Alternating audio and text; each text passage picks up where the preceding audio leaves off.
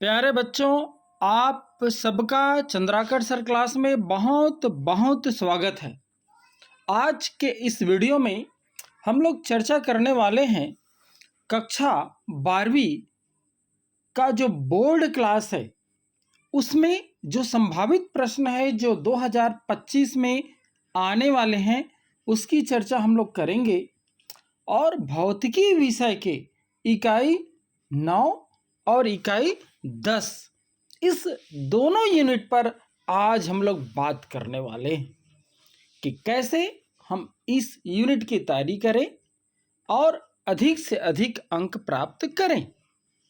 तो चलिए हम लोग शुरुआत करते हैं यूनिट 9 से, जो कि सेमीकंडक्टर का है, अर्धचालक युक्तियों का है। ये जो यूनिट है वो कुल 7 अंक है, जिसमें से 3-3 अंक के 2 प्रश्न पूछे जाएंगे। एक 3 अंक का जो प्रश्न है वो सेमीकंडक्टर अर्थात अर्धचालक डिवाइस के ऊपर आता है, जिसमें डायोड है, ट्रांजिस्टर है। और दूसरा जो 3 नंबर का है वो लॉजिक गेट का है। लॉजिक गेट से एक क्वेश्चन आता ही है और 1 नंबर का अति लघुत्तरी क्वेश्चन इसमें से आता है। तो आइए हम लोग इलेक्ट्रॉनिक जो डिवाइस है सेमीकंडक्टर बेस, उसकी हम लोग चर्चा करें, उसका कैसे क्वेश्चन इस साल पूछे जा सकते हैं। तो आइए हम लोग चर्चा की शुरुआत करें। तो क्वेश्चन फर्स्ट कुछ यूं तैयार करेंगे आप लोग। ये क्वेश्चन है, पीएन संधि डायोड क्या है? अग्र तथा पश्च अभिनीति में विद्युत परिपथ खींचकर इसका VI अभिलाक्षणिक वक्र खींचिए। तो यहाँ पर ध्यान ये देना है कि एग्जाम में या तो अग्र बायस का पूछा जाएगा या पश्च बायस का पूछा जाएगा। चूंकि आपको दोनों तैयार करके जाना है, इसलिए यहाँ पर अग्र ऑब्लिक पश्च कर दिया गया है आपके तैयारी के लिए। लेकिन एग्जाम में अग्र और पश्च दोनों एक साथ नहीं पूछे जाएंगे, कोई भी एक पूछे जाएंगे। उम्मीद करता हूँ आप लोग समझ गए होंगे। आइए आगे बढ़ें। दूसरा है, दिष्टकारी क्या है? अर्ध तरंग दिष्टकारी व पूर्ण तरंग दिष्टकारी के रूप में पीएन संधि डायोड का वर्णन निम्न पदों में कीजिए। पहला परिपथ का रेखा चित्र और दूसरा कार्यविधि। प्यारे बच्चों, ये क्वेश्चन पिछले साल आया था, तो कोई ज़रूरी नहीं है ये क्वेश्चन आए।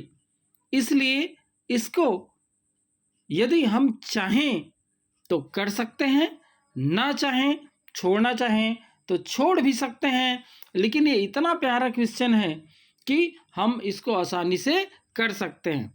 अगला क्वेश्चन है, महत्वपूर्ण क्वेश्चन इस साल के लिए, जेनर डायोड क्या है? इसका उल्टता नियंत्रक के रूप में उपयोग का विद्युत परिपथ खींच करके VI अभिलाक्षणिक वक्र भी हमें बनाना है, ये जरूर करिएगा। अगला फिर महत्वपूर्ण क्वेश्चन है, फोटोडायोड क्या है? इसका वर्णन हमें कुछ बिंदुओं में करना है।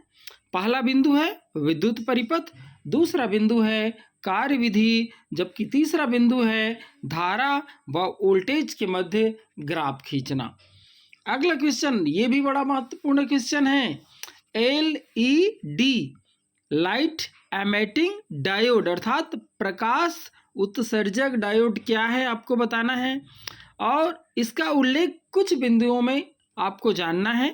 पहला विद्युत परिपथ, दूसरा कार्यविधि और तीसरा वोल्टेज व धारा के मध्य आलेख आपको खींचने आना चाहिए।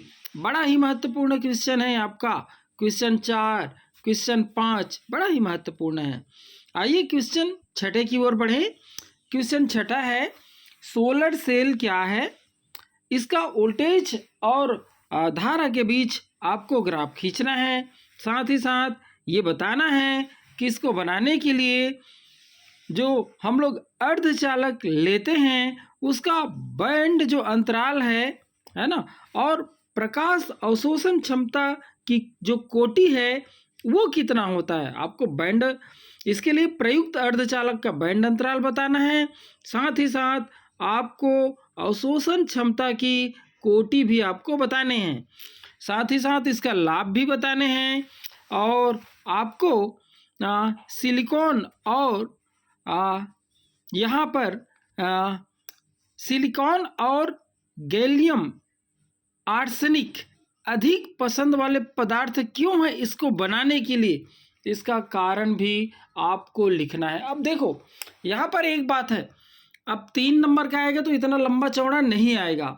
ये क्वेश्चन आपको बताया जा रहा है तैयारी के लिए, इसके कुछ भाग ही आपको पूछे जाएंगे, लेकिन आप सभी बिंदु पर इसकी तैयारी जरूर कर लेंगे। आइए आगे आगे की ओर बढ़े हम लोग। अगला है आपको जो 2 ट्रांजिस्टर है, पीएनपी ट्रांजिस्टर और एनपीएन ट्रांजिस्टर, इसका कार्य विधि, ये ट्रांजिस्टर कैसे कार्य करता है, कम से कम एनपीएन का बहुत अच्छे से पता होना चाहिए। और एक बात मैं आपको बताऊं, यदि आप कोई भी एक ट्रांजिस्टर का वर्किंग समझ जाते हैं तो दूसरा का जो वर्किंग है वो अपने आप से हो जाएगा। इसलिए मैं ये नहीं बोलूँगा कि पीएनपी का करिए एनपीएन का करिए, कम से कम एक का तो कर लीजिए, दूसरे का अपने आप हो जाएगा। वैसे मैं बताऊं पिछले साल पीएनपी का पूछा गया था।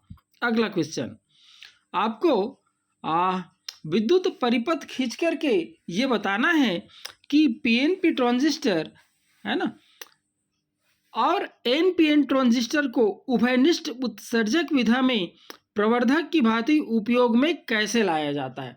तो यहाँ पर फिर मैं बताऊं, देखो पीएनपी ऑब्लिक एनपीएन है, तैयारी दोनों का करना है, एग्जाम में केवल एक का आएगा और सबसे ज़्यादा महत्वपूर्ण है एनपीएन। लेकिन चूंकि यहाँ पर 3 सेट में डिफरेंट का आता है, इसलिए आप दोनों का कर लीजिए। और यहाँ पर भी वही रूल होता है लागू, यदि हम एक का कर लेते हैं तो दूसरे का बहुत अच्छे से है ना बोनस के तौर पर हो जाता है। अगला क्वेश्चन, उभयनिष्ठ उत्सर्जक विधा में ट्रांजिस्टर के लिए कुछ बातें हैं जो आपको ज्ञात करनी है। पहला है धारा लाभ, दूसरा है प्रतिरोध लाभ, तीसरा है वोल्टेज लाभ और चौथा है शक्ति लाभ। ये 4 प्रकार के जो लाभ है उसका छोटा छोटा सा व्यंजक है, ये आप देख लीजिएगा। अगला क्वेश्चन गेट से रिलेटेड है। देखिए यहाँ पर गेट का सिंबल बना हुआ है, तो मुख्य रूप से देखो मूलभूत गेट 3 होता है, एक होता है और गेट, दूसरा होता है एंड गेट और तीसरा होता है नॉट गेट। और इनके संयोग से 2 और गेट बनता है, एक को बोलते हैं नॉर गेट और इसको बोलते हैं नैंड गेट। ये टोटल 5 गेट है। तो 5 गेट में क्वेश्चन कैसे पूछा जाता है, आपको कोई भी गेट का नाम दे देगा और उसका आपको लॉजिक प्रतीक बनाने के लिए बोला जाएगा, उसका बूलियन समीकरण लिखने के लिए बोला जाएगा और उसका सत्य सारणी लिखने के लिए आपको बोला जाएगा। या इसके उलट उन 5 में से किसी एक का सिंबल दे दे और बोले बताइए ये कौन सा गेट का सिंबल है, तो आपको पहचानना पड़ेगा। उसके बाद बोलेगा पहचान करके उसका बूलियन समीकरण लिखो और उसका सत्य सारणी बनाइए। तो ये क्वेश्चन 2 प्रकार से पूछे जाते हैं, या तो गेट का नाम आपको दिया जाएगा, लॉजिक प्रतीक बनाना पड़ेगा, या तो लॉजिक प्रतीक दिया जाएगा, उस लॉजिक प्रतीक को देख करके आपको गेट बनाना है और गेट बना करके उसका बूलियन समीकरण लिखना है और सत्य सारणी भी बनाना है। उम्मीद करता हूं ये इस प्रकार से 5 क्वेश्चन की तैयारी ऐसे ही हो गया। अब इस क्वेश्चन पर नजर डालें तो आपको एक लॉजिक प्रतीक दिख रहा होगा, है ना, पहला। अब यहाँ पर इस गेट का नाम लिखना है, नाम लिख करके बूलियन समीकरण है ना और सत्य सारणी भी आपको बनाना है। देखिए ये दूसरा भी लॉजिक प्रतीक दिख रहा है, तो पहचान रहे होंगे आप लोग, देख के पहचान गए होंगे। पहला वाला आर गेट का है, दूसरा वाला एंड गेट का है और तीसरा वाला पहचानिएगा ये कौन सा गेट है, नॉर गेट है, नॉर गेट। और इसका जो नीचे में दिया है अथवा करके ये संयोजन का चित्र है, संयोजन का चित्र है। नार गेट जो है वो आर गेट और नाट गेट के संयोजन से बनता है, तो इसको क्यों यहाँ पर दिया गया है, कई बार संयोजन का चित्र दे दिया जाएगा, है ना। तीसरे का आ नीचे वाला, इस संयोजन चित्र को भी देख के आपको पहचानना पड़ेगा ये कौन सा गेट है। या तो ऊपर जो लॉजिक प्रतीक है उसको देख करके पहचानना पड़ेगा ये कौन सा गेट है। तो याद रखिएगा दोनों को। अगला ये देखिए, चौथा देखिए, जो ऊपर में लिखा हुआ है देख लीजिएगा, नैंड गेट है ना, और नीचे जो है उसका संयोजन का चित्र है। तो दोनों में से कोई भी एक देगा, आपको पहचानना पड़ेगा।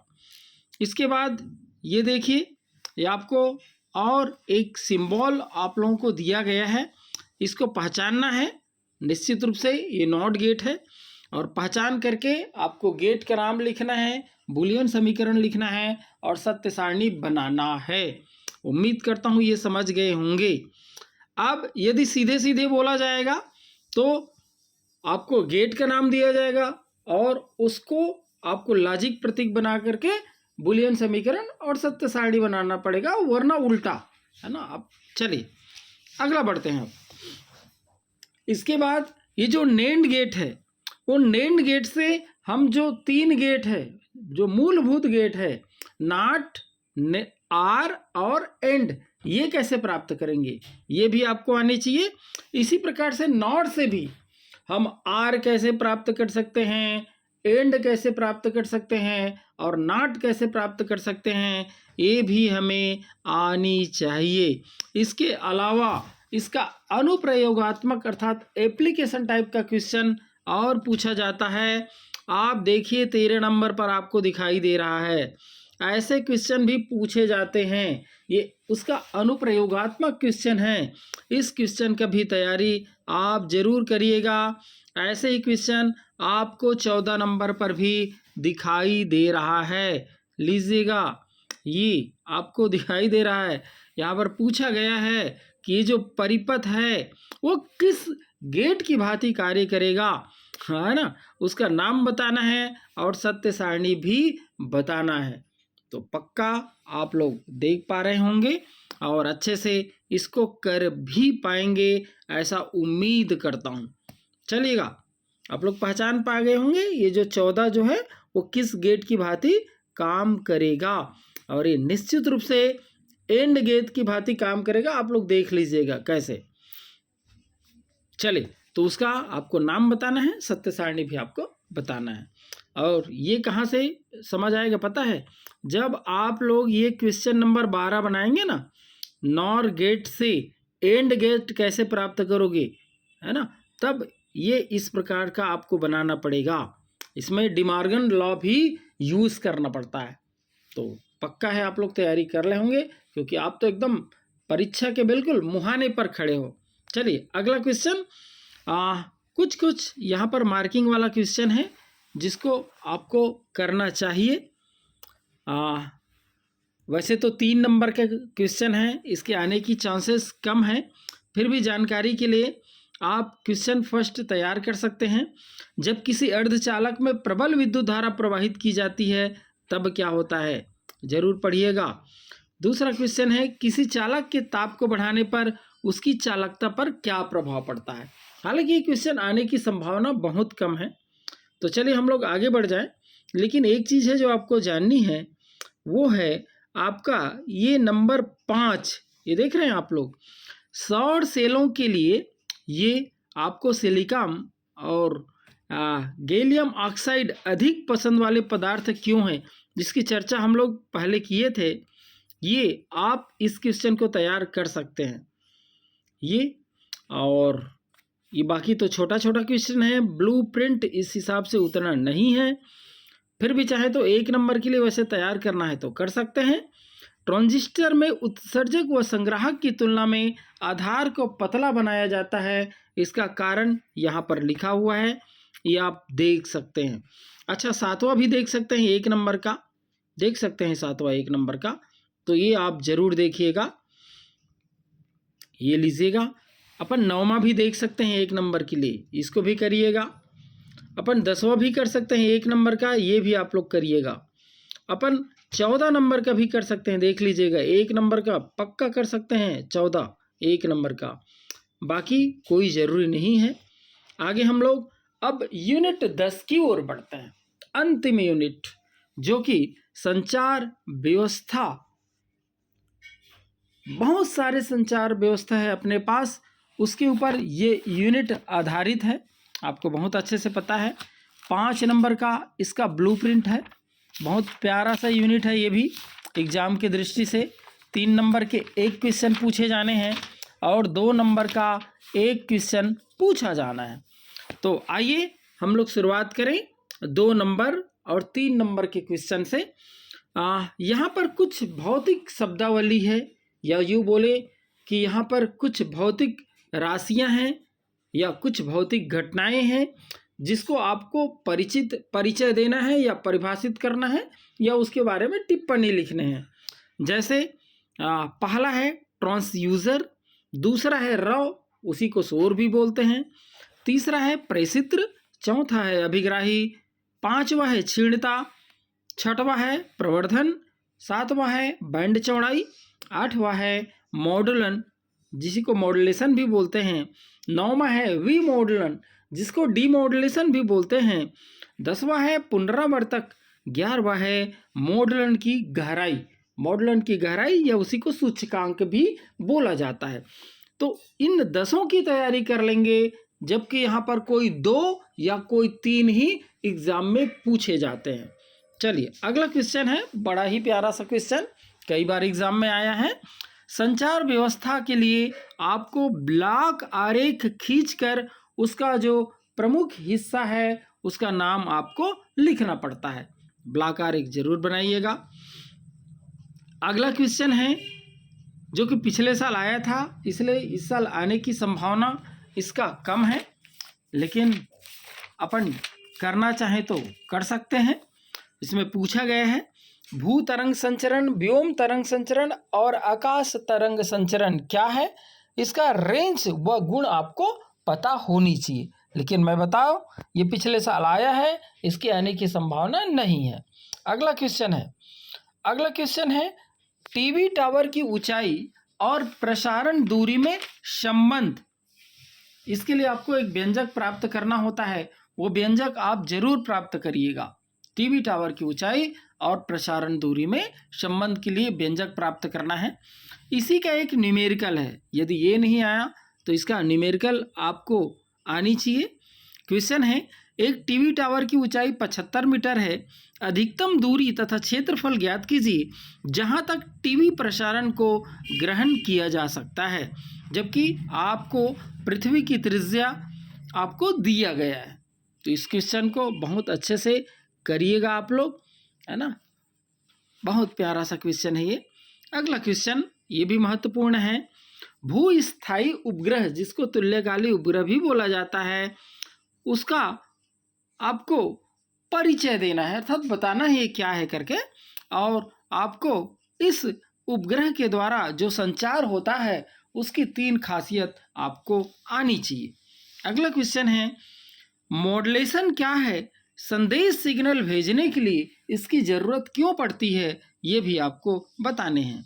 अगला क्वेश्चन है आयाम मॉडुलन और आवृत्ति मॉडुलन में कम से कम 3 अंतर आपको पता होनी चाहिए। इसके बाद कुछ भौतिक शब्द है जिसके बारे में आपको 2-3 लाइन में टिप्पणी लिखने आने चाहिए। वो है, सबसे पहले है लेन, LAN, ये क्या है आपको बताना है। दूसरा इंटरनेट के बारे में कुछ बातें आपको लिखनी आनी चाहिए। तीसरा ईमेल के बारे में आप तो बहुत जानते हो लेकिन लिखने भी आना चाहिए। चौथा है ई-कॉमर्स के बारे में कुछ टिप्पणी आपको लिखने आना चाहिए। पांचवा है फाइल ट्रांसफ़र कार्यक्रम FTP, इसके बारे में भी टिप्पणी आप लोगों को लिखना है। छठवा आजकल जो बहुत चर्चित है सोशल नेटवर्किंग क्या है, इसके बारे में भी आपको राय रखना आना चाहिए, साथ ही साथ लिखने भी आना चाहिए। सातवां है GPS, इसके बारे में भी आपको टिप्पणी करने भी आना चाहिए, लिखने भी आना चाहिए। वैसे लिखना है एग्जाम में, लेकिन टिप्पणी करना भी चाहिए ज़रूरत पड़ने पर। अगला जिसके बारे में आपको आना चाहिए और खूब आता है आप लोगों को, चैटिंग, है ना, करते हैं लेकिन इसके बारे में लिखने भी आना चाहिए। 9वां है www, इसके बारे में आपको, है ना, लिखने के लिए आना चाहिए, क्या है ये आपको आने चाहिए। अगला क्वेश्चन जो कि न्यूमेरिकल है किसी आयाम मॉडलित तरंग का अधिकतम आयाम 16 मिलीवोल्ट और न्यूनतम आयाम जो है वो 4 मिलीवोल्ट है, तो मॉडलन की गहराई आपको ज्ञात करना है। ये देखिए यहाँ पर ये बना हुआ है क्वेश्चन, आप देख पा रहे होंगे, बहुत प्यारा सा छोटा सा सूत्र है, इसलिए इसकी तैयारी आप लोग कर सकते हैं। स्क्रीन पर ये नज़र आ रहा होगा, आप लोग देख पा रहे होंगे ये। इसके बाद जो अगला क्वेश्चन है वो भी न्यूमेरिकल है। संदेश सिग्नल को प्रसारित करने के लिए 12 वोल्ट शिखर मान के वाहक तरंग की आवश्यकता होती है मतलब दिया गया है। 75% मॉड्यूलेशन प्राप्त करने के लिए मॉडलक सिग्नल का शिखर मान कितना होगा? ये भी छोटा सा क्वेश्चन है, इसका भी सॉल्यूशन नीचे में है, आप लोग देख पा रहे होंगे। ये देखिएगा सॉल्यूशन दिया गया है, बहुत छोटा सा क्वेश्चन है। ऐसे छोटे छोटे क्वेश्चन आप ज़रूर तैयार कर लेंगे, ताकि हमें कुछ भी क्वेश्चन दे दें, हम उस यूनिट को बहुत अच्छे से अटेम्प्ट कर पाएँ। उम्मीद करता हूँ इन सारी बातों को यदि आप ध्यान देंगे तो आप बहुत अच्छे से इस यूनिट में स्कोर कर सकते हैं। तो अब मैं उम्मीद करता हूँ कि ये जो वीडियो है वो आपका मदद करे, और यदि मदद करे तो चैनल को सब्सक्राइब कर लीजिएगा, क्योंकि आगे आने वाले दिनों में एग्ज़ाम के बारे में और कुछ बातें हैं, वो आपस की बातें हम लोग करेंगे। चलेगा, इस वीडियो में बस इतना ही। ये यूनिट 10वां हो गया, मतलब अंतिम किस्त है। इसके बारे में परीक्षा, इसके बाद हम लोग परीक्षा के बारे में कुछ चर्चा और करेंगे आने वाले वीडियो में। Thank you.